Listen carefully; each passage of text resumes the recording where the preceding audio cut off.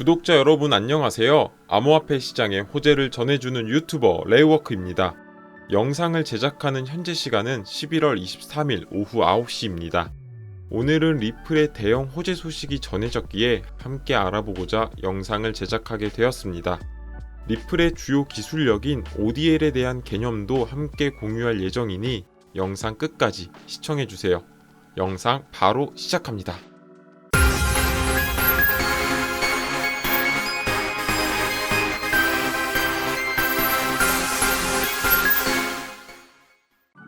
제가 최근 카톡방을 개설했습니다. 제가 진입한 선물과 현물 포지션도 공유를 해드리고 있고 다양한 코인의 정보들도 접하실 수가 있습니다. 본문의 더보기란에 카톡방 링크가 있으니 혼자서 매매하시기 어려우신 분들은 참여하시길 바라겠습니다.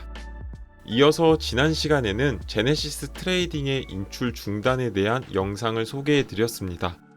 디지털 커런시 그룹과 베리 실버트와의 관계에 대한 설명과 인출 중단이 어떤 의미를 갖는지 자세하게 설명을 해드렸기 때문에 우측 상단에 링크를 눌러서 해당 영상을 꼭 보시기를 추천드립니다. 이어서 오늘의 암호화폐 시장을 살펴보면 전체적으로 상승하는 모습을 보여주었고 최근에 하락이 컸었던 솔라나가 15% 상승하는 모습을 보였습니다. 그 밖에도 바이낸스 코인인 BNB가 15% 상승했고 비트코인, 이더리움 또한 큰 상승폭을 보였습니다. 하지만 아직 제네시스 트레이딩의 5.75억 달러의 부채와 파산 이슈가 해결되지 않은 상태입니다. 그럼에도 이번에 큰 상승이 나왔고 이 부분에 대한 원인을 개인적으로 생각을 해보았습니다. 아마도 그 이유를 굳이 찾자면 FOMC 회의록 공개가 아닐까 싶습니다. FOMC 회의록은 한국 시간으로 목요일 새벽 4시에 공개가 됩니다. FOMC 회의록 발표를 앞두고 통화 긴축의 완화 기대감이 상승 동력으로 작용한 것으로 추정이 됩니다.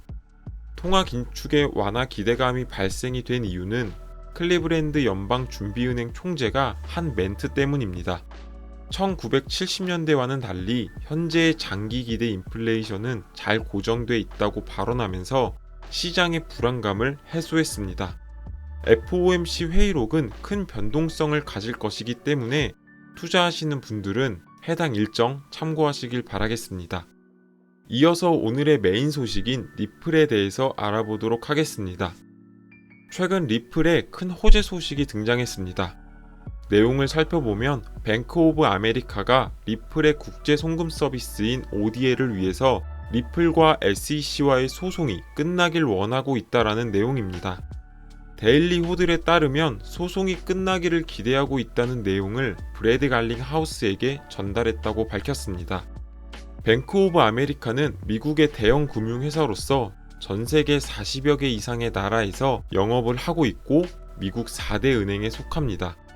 그렇기에 이번 뱅크 오브 아메리카가 리플과 ODL 서비스 계약과 관련된 언급을 했다는 것은 리플에 있어서 너무나도 큰 호재라고 볼 수가 있습니다. 투자 플랫폼인 링큐토의 트윗을 통해서도 이 소식은 빠르게 전달되었습니다. 16일에 진행이 되었던 리플의 연례 행사인 스웰에서 리플의 CEO인 브래드 갈링 하우스는 뱅크 오브 아메리카는 ODL을 사용해서 시장에서의 경쟁 우위를 확보할 수 있을 것이라고 밝혔습니다. 리플의 CEO가 해당 내용을 밝힌 만큼 단순 루머는 아니라는 것을 말해줍니다. 그런데 여기서 지속적으로 나오는 말이 바로 ODL입니다. ODL이 무엇인지 간단하게 설명을 드리자면 ODL은 On Demand Liquidity의 약자로서 리플에서 제공하는 제품 중에 하나입니다. 국제 송금을 더욱 빠르고 적은 수수료로 제공하기 위해서 만들어졌고 올해 서비스 지역을 세계 40여 개 시장으로 확대할 만큼 혁신적인 기술력이라고 할 수가 있겠습니다. 현재까지는 국제 결제 인프라는 스위프트라는 국제 은행 간 통신 협회를 통해서 이루어지고 있었습니다.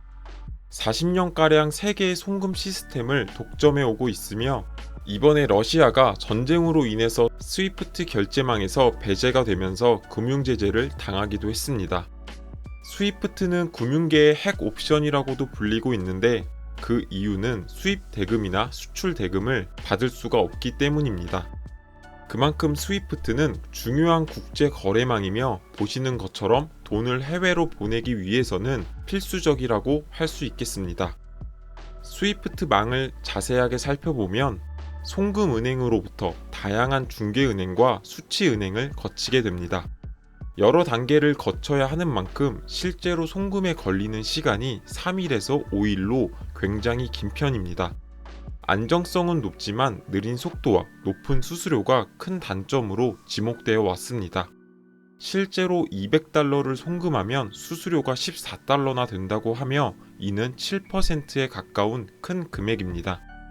하지만 리플은 전통 금융 시스템이 가진 한계를 ODA를 이용해서 해결하고자 했습니다.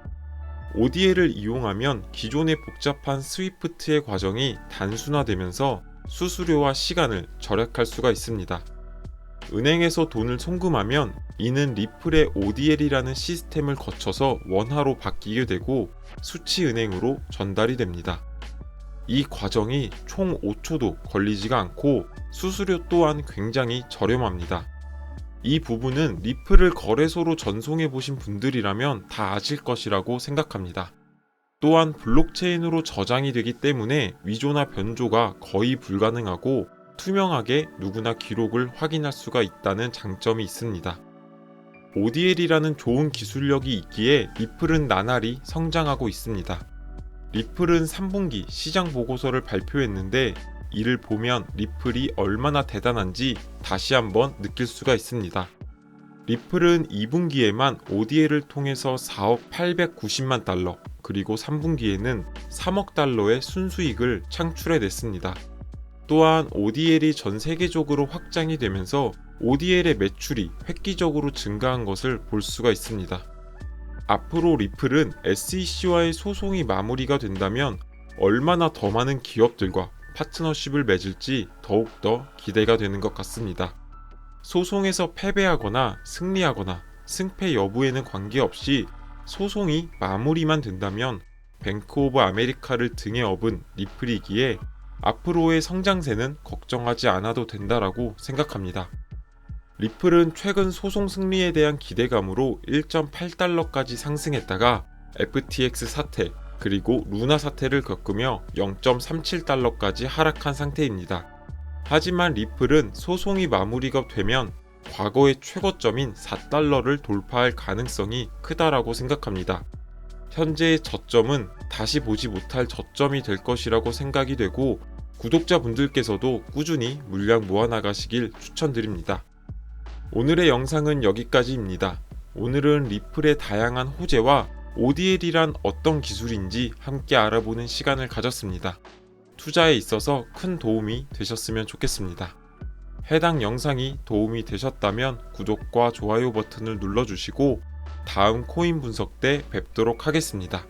시청해주셔서 감사합니다.